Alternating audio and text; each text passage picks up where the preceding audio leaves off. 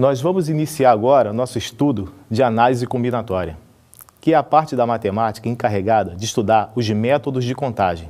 Ou seja, nós vamos desenvolver a nossa habilidade de contar. O primeiro desses métodos é o princípio fundamental da contagem, PFC, também conhecido como princípio multiplicativo. Vocês vão entender bem o porquê do multiplicativo. Para começar, nós vamos tomar um problema motivador, um problema que faça com que a gente chegue ao princípio fundamental da contagem de uma maneira natural. Um problema clássico, tá? Eu tenho 3 cidades, A, B e C. Essas cidades são ligadas por estradas, tá? As cidades A e B são ligadas pelas estradas 1, 2 e 3. Já as cidades B e C são ligadas pelas estradas P e Q. A pergunta é, de quantas formas diferentes podemos ir de A até C? Nós temos aqui o diagrama de árvore, tá? Que descreve todas as possibilidades. Eu tenho que sair de A e ir para B. Eu tenho aqui que tomar uma decisão, escolher qual das 3 estradas eu vou usar. Eu posso usar a estrada 1, a estrada 2 ou a estrada 3. Chegando em B, eu tenho que tomar uma nova decisão, uma segunda decisão, que é escolher qual das 2 estradas eu vou usar para chegar até C, P ou Q. Eu posso olhar, por exemplo, para essa parte da árvore. Eu tenho aqui, ó, vamos imaginar que eu tenho escolhido a estrada 1 para ir de A para B. Estando em B, eu posso, por exemplo, escolher a estrada Q para ir de B para C. Isso vai me dar a possibilidade 1Q. Tudo bem? Com isso, a gente chega facilmente ao resultado do problema desse item A, tá? Que é 6 possibilidades. São 6 maneiras diferentes de sair de A e chegar a C. Repare que a árvore nos diz exatamente o que nós devemos fazer. A gente percebe com muita facilidade que o que está por trás disso aqui é uma mera multiplicação. Esse problema também poderia ter sido resolvido sem desenhar a árvore. Pensando assim, eu tenho o evento ir de A para B, eu tenho também o evento ir de B para C. O evento ir de A para B pode ser realizado de quantas maneiras? De 3 maneiras diferentes. Estrada 1, estrada 2, estrada 3. O evento ir de B para C pode ser realizado de 2 maneiras. Bastaria fazer 3 vezes 2 igual a 6. Tudo bem? Então a gente percebe claramente aí que o que precisa ser feito é uma simples multiplicação. Esse é o princípio fundamental da contagem. Vamos ver agora um outro problema. Ainda nessa mesma situação, eu vou acrescentar um item B. O item B diz o seguinte: de quantas formas diferentes podemos ir de A até C, A até C, e depois voltar para A. Agora, nesse momento, seria interessante que você desse uma pausa no vídeo e pensasse nessa questão. Você deve ter percebido que fazer o diagrama de árvore nessa situação não é a coisa mais agradável do mundo. É muito trabalhoso. Então, a gente vai usar diretamente o princípio fundamental da contagem, o PFC. Como é que eu posso fazer isso? Da mesma maneira que eu fiz esse item A, tá? De A para B, de B para C, de C para B e, finalmente, de B para A. São 4 etapas. Eu vou pensar em cada uma delas separadamente, da mesma maneira que eu fiz no item A, tá? Então, de quantas maneiras eu posso realizar essa primeira etapa aqui? De 3 maneiras diferentes. Eu tenho 3 possibilidades, né? Eu tenho que tomar a decisão de escolher uma das 3 estradas, tá? Essa é a minha primeira decisão, tá? E a segunda etapa, que é ir de B para C, eu tenho quantas possibilidades? 2 possibilidades. De C para B voltar, eu também tenho 2 possibilidades. E, finalizando, de B para A, eu tenho 3 possibilidades.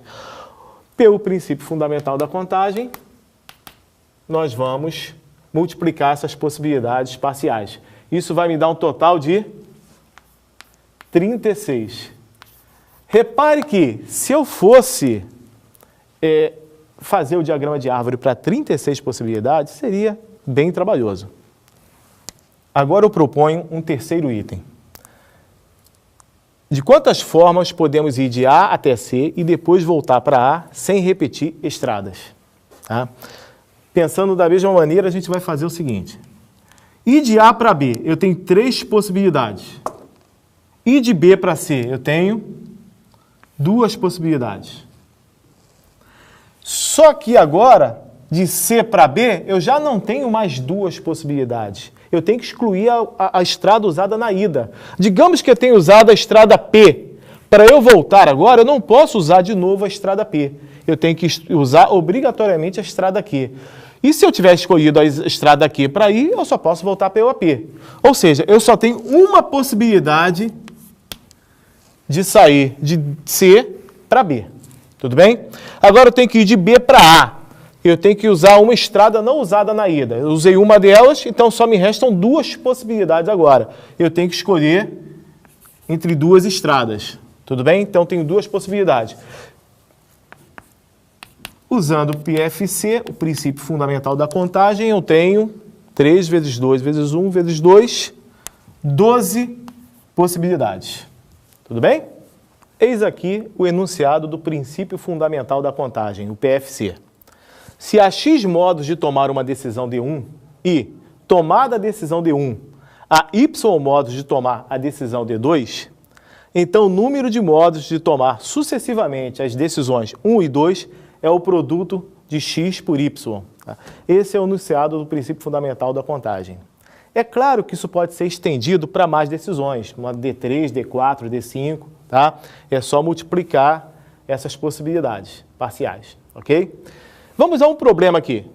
Dispondo dos algarismos 0, 1, 2, 3, 4, 5, 6 e 7, pode-se formar quantos números item A de 4 algarismos?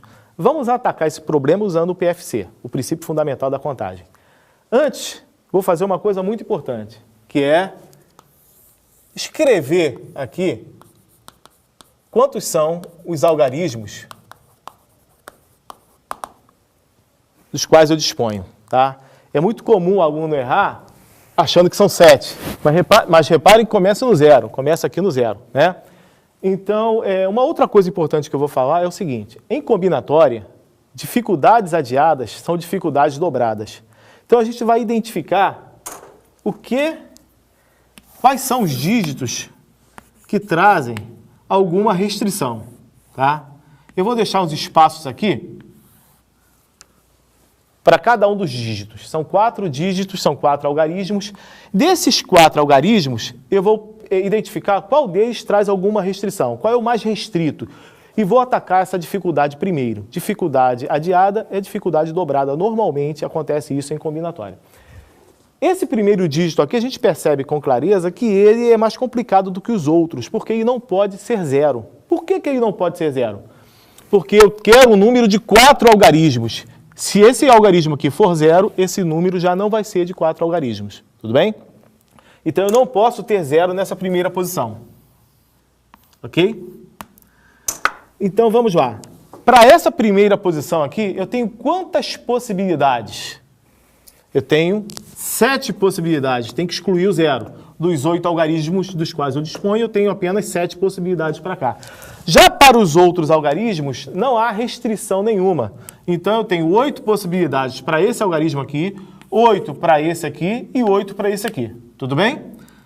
Usando o PFC, eu vou encontrar 7 vezes 8 ao cubo, o que vai me dar 3.584. Ok?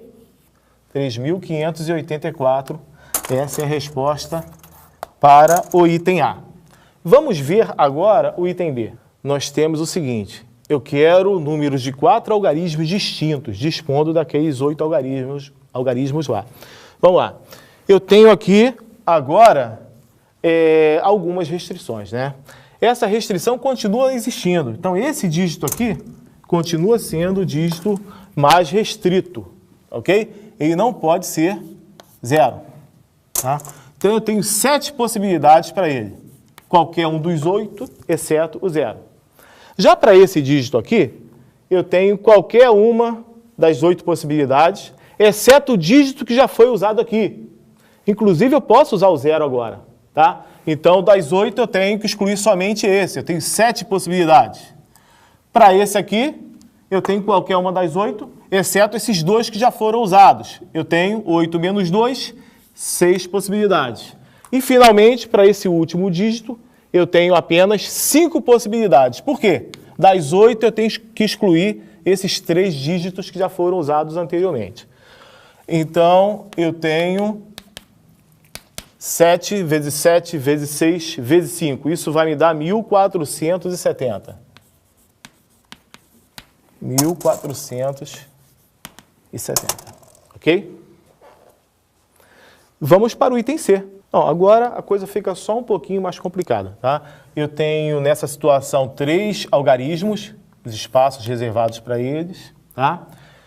E eu tenho 2 dígitos complicados aqui. Esse dígito aqui tem restrição, porque para que o número seja ímpar, obrigatoriamente ele deve ser ímpar, tá? E sendo assim, eu tenho apenas as possibilidades 1, 3, 5 e 7. Totalizando 4 possibilidades.